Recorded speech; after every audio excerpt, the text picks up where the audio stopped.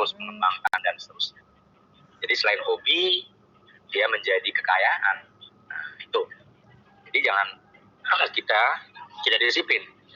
Jadi walaupun kita ini sudah memiliki usaha seperti Adinda Gilang, ini usahanya udah cukup lumayan bagus, jangan lupa itu tetap harus dimanage dengan disiplin, dengan baik. Karena kalau kita lengah, tidak disiplin, persaingan semakin banyak, kita menjadi renta. Nah, itu. Kemudian sifat apa? Sifat yang paling baik tentu adalah sifat melayani. Melayani customer. Jadi jadikan pembeli kita itu adalah sebagai raja. Penting sekali ini, bagaimana memperlakukan customer kita dari mulai datang dengan senyum, ya, kemudian mengarahkan mana yang akan dibeli dan mengedukasi. Yang satu unggulannya apa dan lain-lain. Sampai kemudian memberikan kemasannya, ya, mengemasnya dan mengantar kalau perlu ke mobilnya. Nah, itu sangat penting.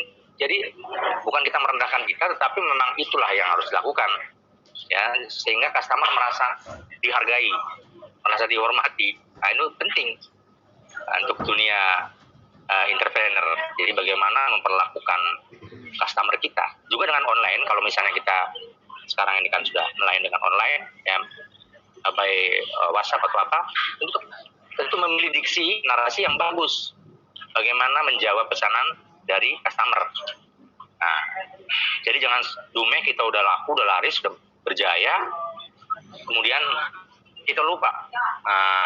Tetap kita adalah pelayannya konsumen. Nah, itu. Saya kira itu yang paling pokok yang bisa saya sampaikan. Ya. Siap, baik. Terima kasih. Pertanyaan ini. Ya, baik. Silakan, Mas Gilang. Oke Pak, saya hanya menambahkan sih yang tadi poin-poin sudah disampaikan Pak Ihsan itu sudah cukup mewakili sebenarnya, sudah cukup mewakili. Mungkin ada beberapa poin yang saya cuma bisa tambahkan. Yang pertama, tadi Pak Ihsan juga sempat menyinggung kejujuran. Jadi sebagai pengusaha itu harus jujur dari mulai takatan dan segala macam. Karena itu juga sebagai fondasi kita juga. Kalau kita sudah jujur, artinya kan nggak ada kebohongan gitu. Jadi jangan sampai bisnis itu kita malah nimbul dosa, karena bicaranya gini, kalau lebih dalam lagi bisnis itu bicaranya dunia dan akhirat gitu, surga dan neraka. Itu yang jadi khawatir. Kita berbisnis tapi dengan kebohongan gitu ya, dengan ketidakjujuran, jadi bumerang kita sendiri gitu loh. Itu yang harus ditanam. Jadi harus benar-benar sejujur-jujur mungkin lah, dari mulai takaran, dari mulai caranya ini halal atau enggak itu harus benar-benar dibongkar gitu, setransparan mungkin. Yang pertama. Yang kedua, tambahan dari saya adalah mungkin karakter ya. Karakter pengusaha itu salah satunya adalah leadership. Jadi teman-teman semua di leadership di sini bukan bos ya. Artinya kan banyak orang yang jadi pengusaha malah jadi bos, sok-sokan bos gitu, nyuruh sana nyuruh sini.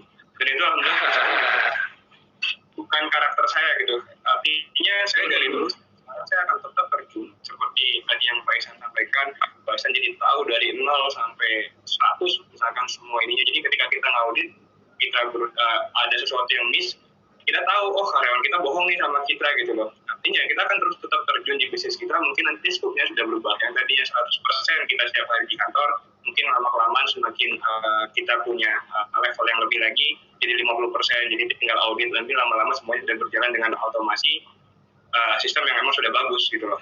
Itu sih tambahan dari saya. Jadi ya jujur dan leadership itu penting, jangan bosi lah. Baik. Iya, baik Mas Gilang. Nah ini pertanyaan selanjutnya, ini ada 2 pertanyaan khusus untuk Pak Ihsan. Jadi yang pertama pertanyaannya dari Mas Arimbo Yuhendarto. Nah kemudian mirip-mirip gitu dari Bapak atau Ibu Hurin. Ini saya Nirwana. Jadi pertanyaannya mirip Pak mengenai sertifikasi halal atau label halal. Yang pertama dari Arimbo, sangat menarik dari GIE score indikatornya Pak, padahal banyak industri makanan atau food kita halal, namun mungkin masyarakat kita belum banyak mengetahui bagaimana proses mekanisme dalam membuat atau membuat suatu produk usaha kita mendapatkan label sertifikasi halal. Nah, bagaimana cara mendapatkan sertifikasi halal tersebut? Nah, yang kedua ini dari Mas Surin juga terkait dengan sertifikasi halal. Selamat siang Pak, saya Nirwana, sudah 3 bulan ini menjalankan usaha kuliner. Pemasaran dan transaksi dilakukan masih via online. Customer juga masih di lingkup kecil, baru di kalangan teman-teman, kerja, kerabat. Apakah sudah ada urgensi bagi saya mendapatkan sertifikasi halal? Atau saya perlu menggunakan atau menunggu sampai customer saya banyak?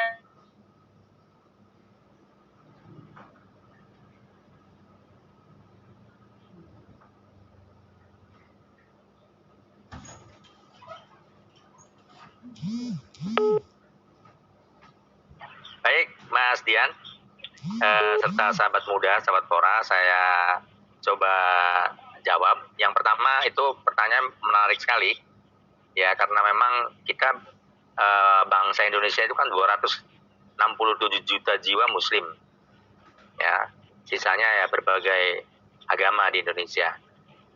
Tapi kenapa aku tadi kalah dengan negara-negara Asia Pasifik saja untuk industri halal kalah gitu.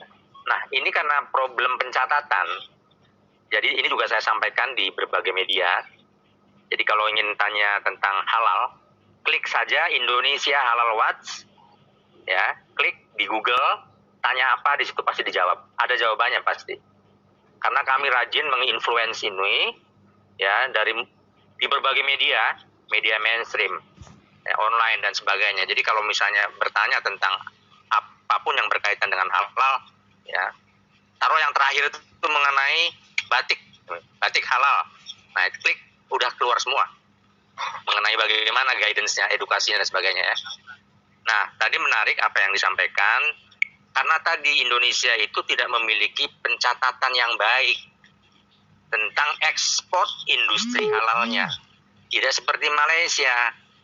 Malaysia memiliki lembaga yang bagus, yaitu JAKIM, Jawatan Ulama, yang di-improve, di-upgrade oleh menjadi jawatan pemerintah yang tugasnya melakukan sertifikasi halal sekaligus mencatat ekspor industri halal dan mencatat registrasi industri halalnya. Sehingga dari mulai hasil industri UKM tadi, usahanya Mas Gilang di snack misalnya kan, di lemper, di apa semua sampai ke usaha yang besar itu tercatat. Ini yang menjadi kekayaan Malaysia, ya kan, mengimprove industrinya kemudian mengekspos. Nah, kan itu sekarang ini kan permainannya dunia digital pencatatan. Nah, Indonesia seperti halnya UKM, dagang sendiri, ngambil ngulak sendiri, bikin sendiri, masukin uang sendiri, pasarkan sendiri, belanja sendiri, masukin kantong sendiri, nggak ada yang nyatet. Mulailah makanya sekarang mencatat, itu penting. Sehingga bisa diketahui berapa hari ini omsetnya apa dan sebagainya. Itu jawabannya. Yang kedua, mengenai bagaimana melakukan sertifikasi halal mudah, ya. Tinggal klik Indonesia Halal Watch, tanya di situ bagaimana sertifikasi halal. Nah, itu ada. Nah, untuk industri kecil tadi yang baru mulai, mumpung sekarang ada gratisan nih, saya kasih tahu, ya. Jadi silakan datang ke BPJPH situsnya, Badan Penyelenggara Jaminan Produk Halal, ya, atau LPPOM MUI, klik mohon registrasi halal UKM, free, nggak bayar. Nah, wah, itu. Ini kita kan seneng yang halal-halal dan gratis, Pak. Nah, itu. Jadi usahanya Mas Gilang silakan, kalau belum bersertifikasi halal, saya bantunya supaya Mas Gilang punya usaha yang enak tapi halal. Nah, boleh. Gitu. Ini barokahnya silaturahmi di sini kan begitu, Pak. Ini kita bisa bersilaturahmi walaupun di pandemi, ya. ketemu juga sahabat pora, saling menginspirasi begitu ya Pak ya. Baik. Ya. Baik, sementara itu dulu pertanyaan untuk Pak Iksan. Kembali ke pertanyaan untuk Mas Gilang, sebetulnya lebih umum juga, Pak Iksan juga bisa menambahkan nanti. Ini pertanyaannya sebetulnya pertanyaan yang sama, mungkin juga banyak sahabat pora yang antusias, punya bakat atau punya passion untuk membuka usaha, tapi terkendala dengan izin orang tua. Jadi orang tua kepengennya jadi mungkin pengen seperti Pak Triwinarno, pengen jadi pegawai negeri, pengen jadi pejabat begitu. Bapak ibunya pengen jadi dokter atau pegawai negeri lah begitu ya. Jadi terkait dengan izin orang tua, tetap jika ada tanda kutip hambatan atau tantangan ya dari izin orang tua, apakah memungkinkan kita tetap melaksanakan atau menjalankan usaha.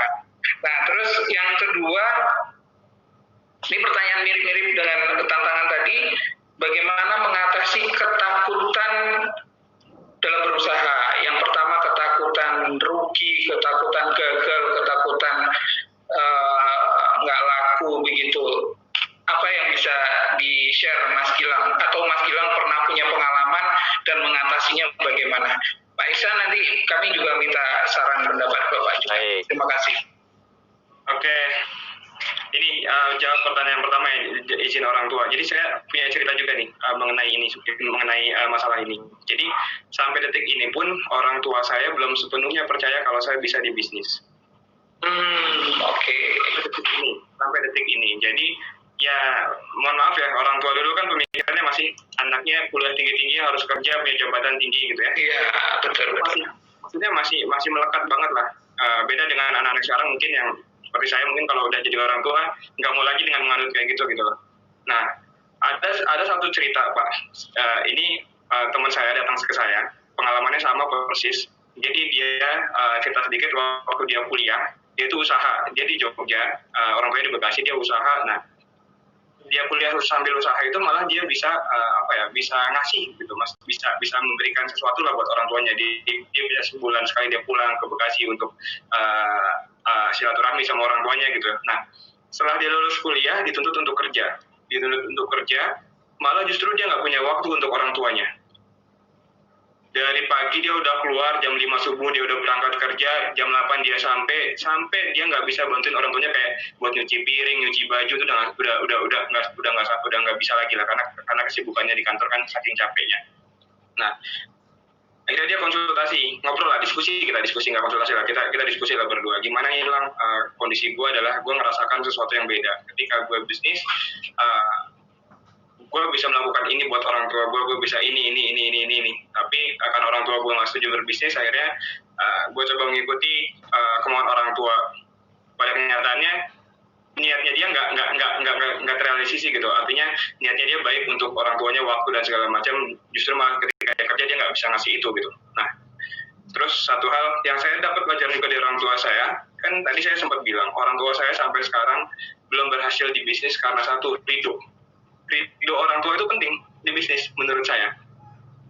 Nah, akhirnya saya bilang sama teman saya, coba bisa dikondisikan atau enggak dengan orang tuanya, ngobrol 6 mata bersama ibu bapak dengan kita gitu, ngobrol berdua, tolong izinkan saya yang mau melangkah untuk berbisnis, minta waktunya. Jadi kita tuh kita tuh menantang diri kita. Misalnya gini, Pak, Bu, izinkan saya untuk berbisnis selama 1 tahun untuk membuktikan. Ketika saya tidak berhasil selama 1 tahun, bolehlah saya mengikuti Bapak untuk kerja segala macam, saya akan coba. Nah, disitulah kemampuan kita diuji, ya kan? Jadi selama 1 tahun itu kita berpikir, jangan sampai ngecewain, yang jadi akhirnya orang tua nggak percaya lagi sama kita untuk berbisnis gitu. Udah kerja aja. Okay. Nah, dari situ, ini yang luar biasa. Teman saya akhirnya diizinkan buat diizinkan buat usaha. Udah, saya kasih waktu kata orang tuanya sekian lama. Udah. Sampai akhir cerita kemarin saya telepon sama dia main di furniture dan bisa ekspor ke 3 negara. Insya Allah. Makanya poinnya yang saya tangkap adalah ridho. Kalau orang tua udah ridho, jalannya udah kebuka. Kalau orang tua nggak ridho, udah mau pantang-panting juga kayaknya udah agak berat aja gitu loh. Nah itu, jadi semuanya harus dikomunikasikan dengan sebaik mungkin, karena niat orang tua juga pasti baik. Nggak mau orang tua tuh mana ada sih orang tua yang mau menjerumuskan anaknya, enggak gitu kan. Hanya beda pendapat aja, yang itu masih bisa dikomunikasikan. Ya itulah komunikasi. Itu yang pertanyaan pertama ya Pak. Oke, baik. Yang kedua langsung dijawab atau Langsung Pak, nggak apa-apa. Oke, langsung. Gimana rasa mengatasi ketakutan? Sebenarnya gini, ketakutan itu kan sebenarnya belum terjadi. Kayak misalkan gini, mau usaha tapi takut rugi, emang udah ngelakuin? Kan belum gitu. Terus apa yang ditakutin gitu ya? Kalau menurut saya ya coba dulu aja. Kalau sudah dicoba hasilnya gagal, nah baru bisa mikir, adalah rasa takut. Takut kemarin misalkan usaha keripik singkong, kemarin usaha keripik singkong gagal. Dianalisa gagalnya kenapa? Oh gagalnya seperti ini gitu kan. Artinya nanti step keduanya udah nggak rasa takut lagi karena punya pengalaman. Oh yang kemarin udah nyoba ternyata gagal, ya udahlah besok coba lagi, yang kemarin gagalnya karena ini. Udah semakin hari itu ketakutan akan terkikis. Jadi awalnya aja ketakutan itu ada gitu. Jadi sampai sekarang tuh saya ngerasa bisnis malah jadi game menurut saya. Saya berhasil game pertama misalnya gitu ya, misalkan game A lah. Di game A, game itu kan ada level-levelnya, level 1 sampai raja terakhir gitu ya. Raja terakhir, step-stepnya saya harus lewatin. Oh ini udah berhasil nih, ini kayaknya asik nih main di game berikutnya atau bisnis berikutnya. Jadi kayak game aja gitu. Karena udah jadi kayak melekat di diri kita bahwa oke, karena kita fokus di bisnis, ya udah pengembangannya di bisnis gitu, apapun. Jadi rasa takut itu akan terkikis lama-lama karena pengalaman, karena banyak hal lagi di situ. Gitu sih Pak. Baik. Ya, terima kasih Mas Gilang. Ini sangat menarik karena memang sudah pernah ada pengalaman untuk ke sana, dan ridho orang tua ditambah lagi dengan pembuktian gitu ya. Baik, mungkin dari Pak Iksan ada tambahan Pak mengenai ridho izin orang tua dan juga mengenai ketakutan tadi Pak. Ya Mas Dian, mungkin saya menambahkan sedikit. Saya juga orang tua dari anak. Saya mengelola perusahaan bakery itu, alhamdulillah bisa menjebolkan satu orang lawyer dari universitas yang bagus di Indonesia. Kemudian juga dokter, ya. Dan satu lagi nih calon sarjana hukum, ya, dari sekolah yang bagus-bagus, ya, dari universitas negeri yang terkemuka. Nah, ada bidang yang baru yang ya mungkin sesuai dengan platform digital era kekinian ya, dan cocok untuk di era sosmed dan pandemi ini. Itu anak saya juga sama, dia baru memberitahukan tadi pagi. Ya, saya alhamdulillah ternyata main di Bukalapak jual beli emas, saya untung besar. Lalu saya bilang, lalu mau ngasih apa Maya? Jadi jangan terlalu formal izin dan meridoi. Oh betul. Tapi berikan peluang anak itu, ya. Lalu ketika dia bagus kita apresiasi dengan canda-canda, beri makan bareng, sarapan pagi. Nah dia bilang bagaimana tuh investasinya, modelnya, kan kita bertanya kepada anak kita ini, karena memang nggak tahu bapaknya kan. Ya, emas lagi mahal ini sekarang tahunya dunia industri, ya kan, yang real. Nah ini kan main di medsos nih Mas Gilang, dan sahabat muda, sahabat Tora. Ternyata memang mengasihkan. Jadi dia di Bukalapak itu ada bisnis emas yang bisa dijual kapanpun, investasi kapanpun. Ternyata itu hari ke hari dia mendapatkan gains, tapi itu real, bisa dicetak, bukannya future trading, bisa dicetak dan bisa ambil, bisa ditarik ya. Tapi ya jangan gatel kalau main begini, sedikit untung diambil, kalau bisa tiap hari menambah, kalau mau ikut investasi ayo. Nah ini justru anak-anak kita nih yang ngajarin wirausaha baru. Nah tapi ini kan lagi-lagi kalau yang main di sini udah ada modal, ya kan, artinya dia menyisihkan belanjanya itu karena kita juga nggak tahu dia main di situ. Karena kita nggak memberi modal. Nah artinya apa? Anak-anak kita yang kita save, kita berikan jajan itu, karena masa pandemi dia makan di rumah, Mas Gilang, dan wifi-nya belanja dari wifi di rumah, pulsanya, maka uangnya kan utuh tuh. Nah, rupanya dia beli-beli gitu, beli-beli saham, beli-beli emas. Nah, jadi kita sebagai orang tua jangan terlalu mengekang, juga jangan terlalu formal, izin meridoi dan sebagainya, itu terlalu berat. Biasa saja, usaha itu tadi kata Mas Gilang, enjoy. Gitu. Jadi hobi kan gitu ya. Nah, tapi tadi ditekuni, silakan bisa memilih para sahabat Pora mau bidang bisnis yang berkaitan dengan produksi atau tadi tuh yang ikut di platform digital, banyak sekali tuh. Saya kira itu Mas Gilang. Mas Ian, terima kasih. Iya, terima kasih Pak Iksan. Pak Iksan, ini ada dua yang menanyakan kembali Pak, websitenya Indonesia Halal Watch Pak. Websitenya. Udah dikirim ke Mas Gilang, mohon ditampilin. Oke. Halalwatch. Oh ya. .or.id. halalwatch.or.id. Ya. Ada Instagramnya juga, ada IG-nya juga, ada Facebooknya juga. Alamatnya di Jalan Jenderal Sudirman, Wisma Bumi Putra, lantai 7. Nah, jadi itu alamatnya IHW. Kalau alamatnya Aloha Bakery, itu di Jalan Hutan Panjang 3 nomor 15 Kemayoran, PRJ ke situ, Jakarta Pusat. Baik. Ya. Itu. Oke. Mas Gilang juga ada yang menanyakan Instagramnya apa? Instagram pribadi. Bisa dua-duanya Mas. Instagramnya Ikhtiari Gilang, IKHTIARY Gilang. Ikhtiari Gilang. Kalau usahanya Break the Snack, tapi saya lagi vakum sementara di Instagram. Oke. Ada media sosial lain Mas yang bisa di-share ke teman-teman? Instagram sih, tapi maksudnya dulu kan sering sharing, tapi sekarang lagi. Baik. Ya. Untuk Instagramnya Break the Snack sambung semua. Baik. Oke. Kita masih punya waktu 4 menit lagi. Mohon perkenan Pak Iksan dan Mas Gilang masing-masing satu statement untuk menyemangati dan sekaligus menutup acara kita hari ini. Kami persilakan Pak Iksan. Ya, terima kasih Mas Dian, luar biasa. Pesertanya sampai hari ini saya lihat masih 473. Betul. Jadi menunjukkan bahwa kegiatan pelatihan ini harus dilanjut. Pelatihan ke nanti pemagangan ya.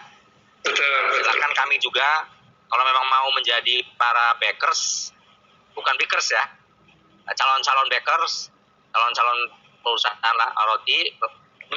Kami siap untuk melatih, mendidik sampai bisa membuat roti dan kue-kue.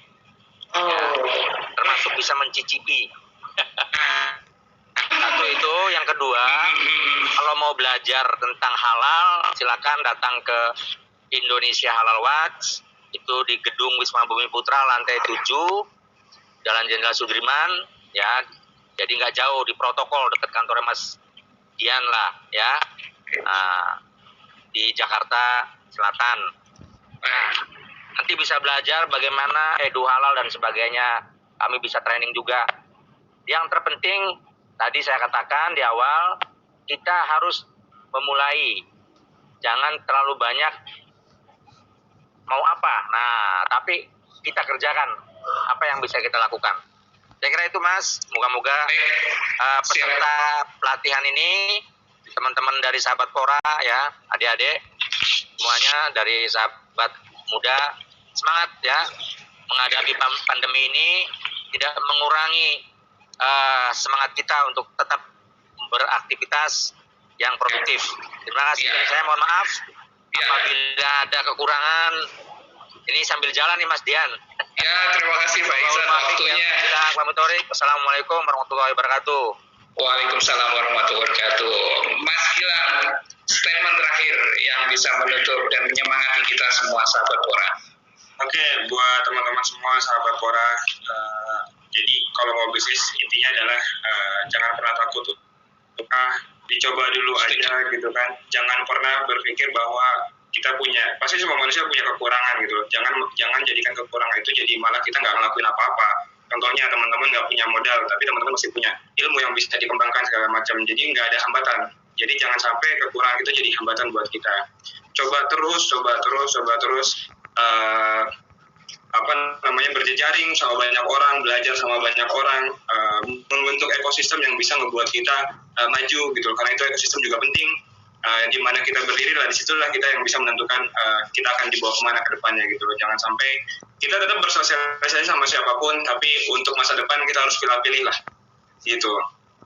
Jadi itu aja Pak. Dian, makasih banyak. Ya, terima kasih. Kami dari PP PON mengucapkan terima kasih Mas Gilang, Pak Iksan, kemudian Bapak Nasrun, dan juga Bapak Faisal Abdullah selaku Deputi Bidang Pemberdayaan Pemuda Kementerian Pemuda dan Olahraga Republik Indonesia, kemudian Bapak Tri Winarno selaku Kepala Pusat Pemberdayaan Pemuda Olahraga Nasional Kemenpora selaku penggagas acara dan yang memfasilitasi acara kita hari ini. Kemudian kami juga mengucapkan apresiasi dan penghargaan setinggi-tingginya buat semua peserta sahabat Pora dari Sabang sampai Merauke, dari Miangas sampai Pulau Rote yang hingga hari ini selalu setia mengikuti acara-acara yang diselenggarakan oleh PP PON Kemenpora RI. Jangan lupa Instagram kami PP PON Kemenpora dan juga YouTube channelnya juga ada PP PON Kemenpora. Mohon di like, di subscribe, di follow begitu untuk kita sama-sama belajar. Referensi cukup banyak di sana. Kami persilahkan nanti selain like, follow Instagramnya Mas Gilang, jangan lupa PP PON juga begitu. Iya dong. Oke, sekali lagi kami mengucapkan terima kasih untuk semuanya. Mohon maaf pertanyaan tidak bisa kita bacakan semua satu persatu. Kalau kita bacakan sampai malam nanti, kasihan Mas Gilang nggak bereng lagi nanti Pak Iksan nggak nyampe nanti gitu ya. Oke, baik, dengan demikian Diklat Kewirausahaan dan Inovasi Pemuda dengan tema adaptasi kebiasaan baru kewirausahaan dan inovasi pemuda untuk perekonomian Indonesia Kamis 6 Agustus 2020 telah selesai. Saya Dian Putra, moderator hari ini, mengucapkan terima kasih kepada semua pihak, pembicara PP PON dan juga sahabat Pora dari seluruh Indonesia. Terima kasih, sampai jumpa di webinar Diklat Kewirausahaan besok pagi. Terima kasih, mohon pamit. Assalamualaikum warahmatullahi wabarakatuh. Waalaikumsalam warahmatullahi wabarakatuh. Baik, terima kasih kepada Bapak Dian Putra yang telah memandu sesi pemaparan materi pada hari ini. Kami ucapkan terima kasih pula kepada para pemateri yang telah berbagi ilmu yang tentu bermanfaat bagi kita semua. Dan Bapak Ibu hadirin yang berbahagia, dengan berakhirnya pemberian materi, maka berakhir pula acara Diklat hari ini. Namun sebelum mengakhiri acara akan ada beberapa pengumuman yang akan saya sampaikan. Pertama, untuk penghadiahan paket data akan diberikan kepada peserta melalui nomor ponsel yang telah terdaftar pada aplikasi dan untuk pengiriman e-sertifikat akan diberikan kepada peserta melalui email masing-masing yang telah terdaftar. Kemudian, link materi, biaya paket data dan juga e-sertifikat akan diberikan hanya kepada peserta yang sudah mendaftar, mengisi absensi online, dan mengikuti 3 hari diklat hingga selesai. Dan paling lambat akan diberikan dalam waktu 15 hari kerja. 3. Keputusan panitia mengenai peserta yang berhak mendapatkan e-sertifikat dan biaya pengganti kuota adalah mutlak dan tidak bisa diganggu-gugat. 4. Para peserta yang mengikuti pelatihan ini diwajibkan untuk like, subscribe, dan juga share YouTube official kami, PP PON Kemenpora. Dan terakhir, daftar untuk diklat pemberdayaan pemuda bidang kewirausahaan hari selanjutnya, yaitu tanggal 7 Agustus 2020, dapat dilakukan melalui link berikut: https://bit.ly/pppon nomor pppon 0807. Demikian pengumuman yang dapat saya sampaikan, dan tak terasa kita telah berada di penghujung acara diklat hari ini 6 Agustus 2020. Untuk itu kami ucapkan terima kasih kepada Pusat Pemberdayaan Pemuda dan Olahraga Nasional, Deputi Bidang Pemberdayaan Pemuda, Kementerian Pemuda dan Olahraga Republik Indonesia yang telah menyelenggarakan diklat pemberdayaan pemuda bidang kewirausahaan. Selanjutnya kami juga mengucapkan terima kasih kepada Deputi Bidang Pemberdayaan Pemuda, Kementerian Pemuda dan Olahraga Republik Indonesia, Bapak Profesor Dr. Faisal Abdullah, SH MSI DFM. Kami ucapkan terima kasih kepada Kepala Pusat Pemberdayaan Pemuda dan Olahraga Nasional, Kementerian Pemuda dan Olahraga Republik Indonesia, Bapak Triwinarno AKCA, serta kami ucapkan terima kasih kepada para pembicara pada hari ini, yaitu Bapak Nasrun SSMAB, kemudian ada Bapak Dr. Ihsan Abdullah SHMH, dan yang terakhir Bapak Muhammad Ikhtiari Gilang Gumelar. Begitu juga dengan moderator yang luar biasa hari ini, yaitu Bapak Dian Putra, dan juga yang terakhir tak lupa terima kasih kepada seluruh peserta yang turut bergabung dalam diklat hari ini 6 Agustus 2020. Demikian acara diklat hari ini. Semoga materi yang kita dapatkan hari ini dapat bermanfaat bagi kita semua. Dan kami ingatkan pula bahwa diklat ini diselenggarakan selama 3 hari, yaitu mulai tanggal 5 sampai 7 Agustus 2020. Oleh karena itu, Bapak Ibu hadirin sekalian, kami tunggu kehadirannya pada diklat esok hari, tanggal 7 Agustus 2020. Tentu dengan pembicara yang tidak kalah menarik dan dengan materi yang luar biasa juga. Dan terakhir, mohon maaf apabila terdapat kesalahan ataupun kekurangan yang kurang berkenan di hati Bapak Ibu hadirin sekalian. Saya Ogi Fernandi Angga mohon pamit undur diri. Wassalamualaikum warahmatullahi wabarakatuh. Salam Kemenpora, Pemuda Maju, Olahraga Jaya. Waalaikumsalam warahmatullahi wabarakatuh. Baik, Pak Ihsan, Mas Gilang, bisa live dulu melanjutkan kegiatan selanjutnya. Pak, sebentar, Pak Ihsan, saya boleh tukeran nomor nggak? Minta nomor Bapak nggak? Monggo Mas Gilang. Boleh ya Pak? Boleh Mas Gilang. Minta ke siapa? Apa langsung aja Pak? Mas Dian, ya. Oh, Ya, oke. Nanti saya share Mas Gilang.